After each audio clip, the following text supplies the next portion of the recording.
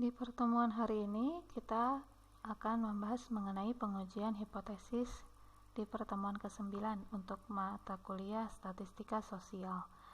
Ini adalah agenda materi yang akan kita pelajari. Pertama, kita akan mengenal apa itu hipotesis, kemudian bagaimana pengujian hipotesis. Di sini ada pembahasan mengenai kesalahannya, kemudian ada list terminologi dalam materi pengujian hipotesis.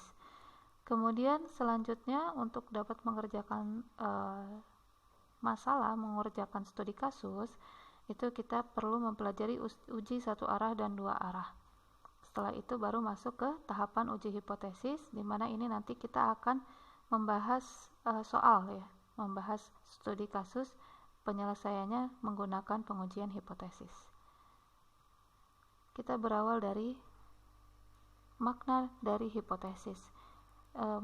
Di sini menurut Hornby dalam bukunya Oxford Advanced Learners Dictionary International Students mengatakan bahwa hipotesis merupakan suatu gagasan atau penjelasan tentang sesuatu yang didasarkan pada beberapa fakta yang diketahui tetapi belum terbukti benar atau memang belum benar, seperti itu ya. Jadi gagasan atau penjelasan yang belum terbukti benar. Kemudian menurut Lin dalam buku Statistical Techniques in Business and Economics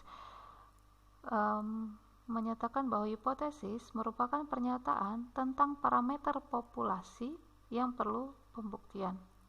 Ya, jadi hipotesis itu isinya adalah pernyataan mengenai parameter populasi. Parameter itu sendiri banyak ya yang sudah kita pelajari.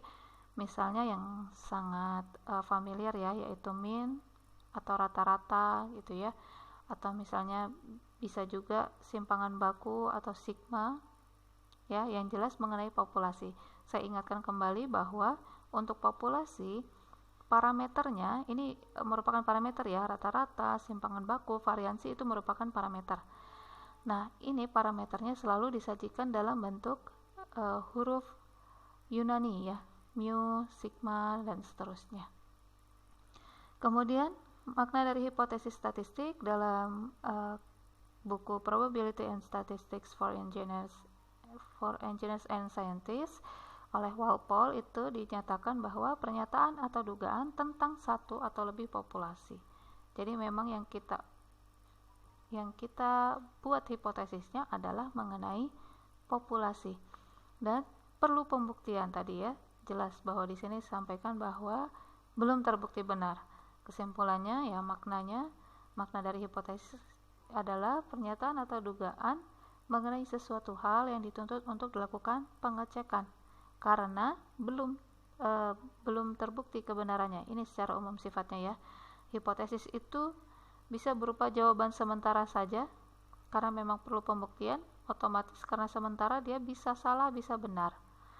Ya, karena bisa salah, bisa benar, maka perlu dibuktikan, perlu dicek ya. Karena dia belum terbukti kebenarannya, maka perlu kita cek.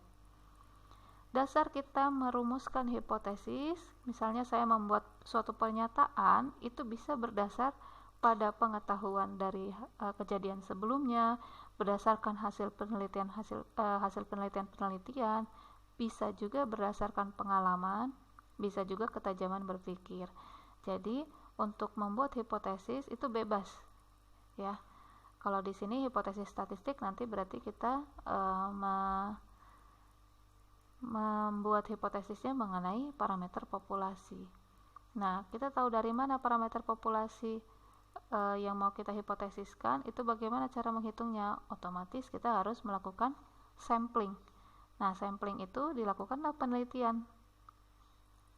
Nah, dari hasil penelitian sampel yang kita ambil, itu kita jadikan dasar hipotesis, bisa seperti itu. Dan untuk pembahasan di pertemuan ke-9 ini memang berdasarkan hasil penelitian yang ada ya, yaitu dari data sampel.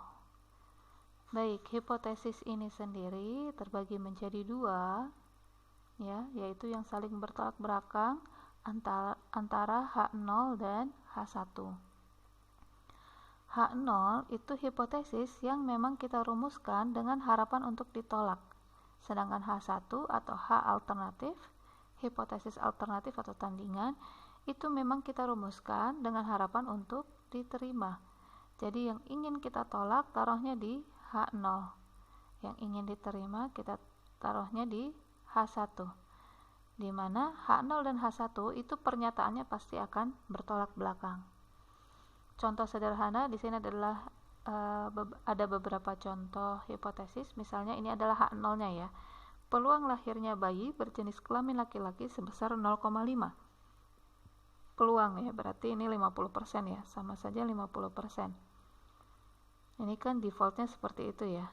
Laki-laki, kelahiran laki-laki dan perempuan. 50-50 ya, 50-50. Nah, misalnya ini adalah hipotesis yang ingin ditolak, dia sebagai H0. H0-nya tadi peluangnya, saya tuliskan peluang sama dengan 0,5. Peluang laki-laki ya, peluang lahirnya laki-laki. Ya, ini laki-laki ya. Sama dengan 0,5. Nah, ini yang harapannya ditolak. Karena kenapa? Kita ingin, sebenarnya yang ingin kita terima, peluang kelahiran laki-lakinya itu justru tidak sampai 50% atau kurang dari 0,5. Kita pengen peluangnya itu justru kurang dari, lebih kecil dari 50%, lebih kecil peluangnya. Maka H1-nya adalah kurang dari. Ya, ini sesuai dengan yang kita inginkan. Ya, maka kita harus jelas-jelas menolak H0 terlebih dahulu. Kemudian ini contoh berikutnya, 30% masyarakat termasuk golongan darah A. Ini juga sama, bisa kita taruh sebagai H0. Maka H1-nya misalnya kita inginnya yang golongan darah A itu sebanyak lebih dari 30%. Ya, berarti H1-nya, mohon maaf, ini H0 ya. H1-nya berarti ya golongan darah A itu banyaknya lebih dari 30%. Kemudian untuk yang contoh 3, rata-rata pendapatan keluarga di suatu daerah adalah Rp1.500.000 per bulan. Nah, ini adalah H0-nya. Jadi H0-nya tadi rata-rata berarti mu ya, itu sama dengan 1.500.000 ya.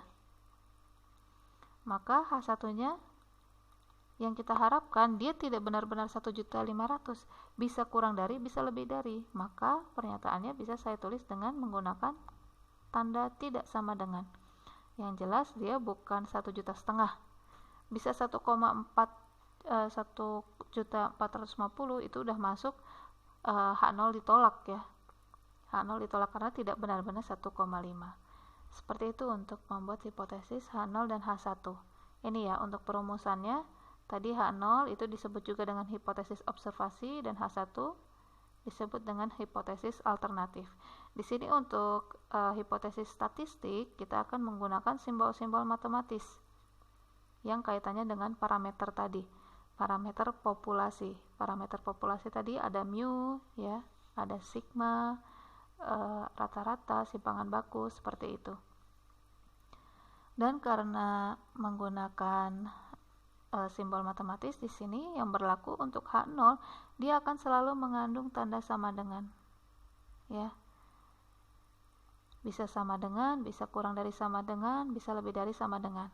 Dan H1 itu tandanya tidak sama dengan, kurang dari, lebih dari. Perhatikan bahwa H0 dan H1 itu selalu bertolak belakang. Ya. Kalau H0 tandanya itu menggunakan sama dengan, bisa jadi di sininya bisa tidak sama dengan, bisa kurang dari, bisa lebih dari ya. Yang jelas sama dengannya jangan masuk di sini di H1. Ya, kalau kurang dari sama dengan berarti H1-nya kebalikannya yaitu lebih dari. Kalau H0-nya lebih dari sama dengan berarti kebalikannya adalah kurang dari. Perhatikan bahwa H0 dia akan selalu ada tanda sama dengannya. Ini contohnya. Seorang dokter menyatakan bahwa lebih dari 60% pasien menderita sakit paru-paru disebabkan karena merokok.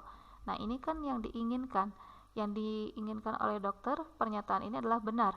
Maka itu yang dimasukkan ke dalam H1, bahwa H1-nya lebih dari 60% pasien lebih dari 60% pasien itu disebabkan karena merokok.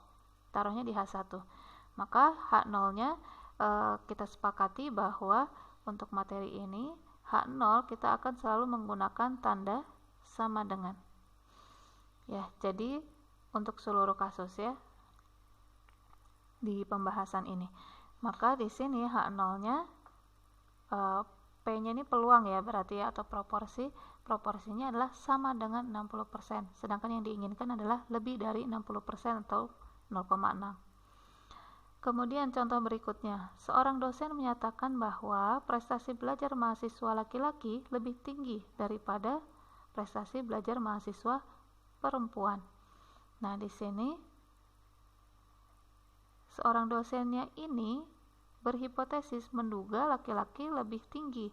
Berarti lebih tingginya ini, karena ini yang diinginkan dosen, maka kita taruh di H1 karena ingin diterima kan. Kalau yang ingin ditolak justru kita taruh di H0. Makanya di sini yang H0-nya sama dengan, di H1-nya lebih dari. Ya, jadi nanti dari kalimat itu kita simpulkan simbolnya apa nih? Kalau lebih tinggi ya berarti lebih dari. Ini juga sama ya, lebih dari ya berarti. Kalau di soal yang lainnya bisa jadi kurang dari, atau yang penting tidak 60%, berarti menggunakan tanda tidak sama dengan ya. Kalau yang tidak boleh 60% misalnya, ya berarti tidak sama dengan. Ya, untuk latihan soal ini contohnya saya bahas yang nomor 1 dan 2 ya. Menentukan H0 dan H1. Rata-rata kecepatan mobil adalah 70 km per jam. Pihak Jasa Marga percaya bahwa rata-rata kecepatan mobil bulan ini lebih dari itu. Berarti kepercayaan Jasa Marga inilah yang menjadi H1. Ya. Jadi H0 di sini katanya mu-nya rata-rata itu kan mu ya, sama dengan 70 km per jam. Sedangkan H1-nya itu lebih dari itu.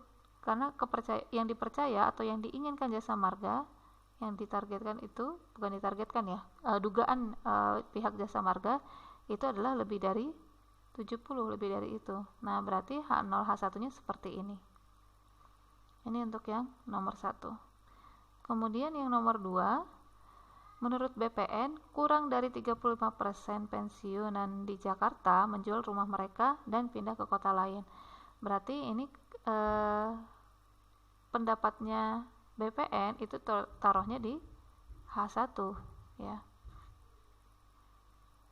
Perkiraan atau dugaan dari BPN itu kurang dari 35%. Kalau persen itu menggunakan peluang atau proporsi di sini ya. Kurang dari 35% pensiunan. Nah, H0-nya tadi sesuai kesepakatan kita akan menggunakan selalu tanda sama dengan. Seperti ini ya.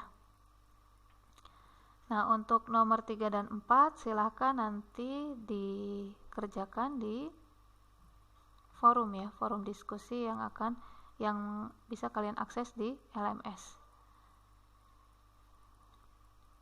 Baik.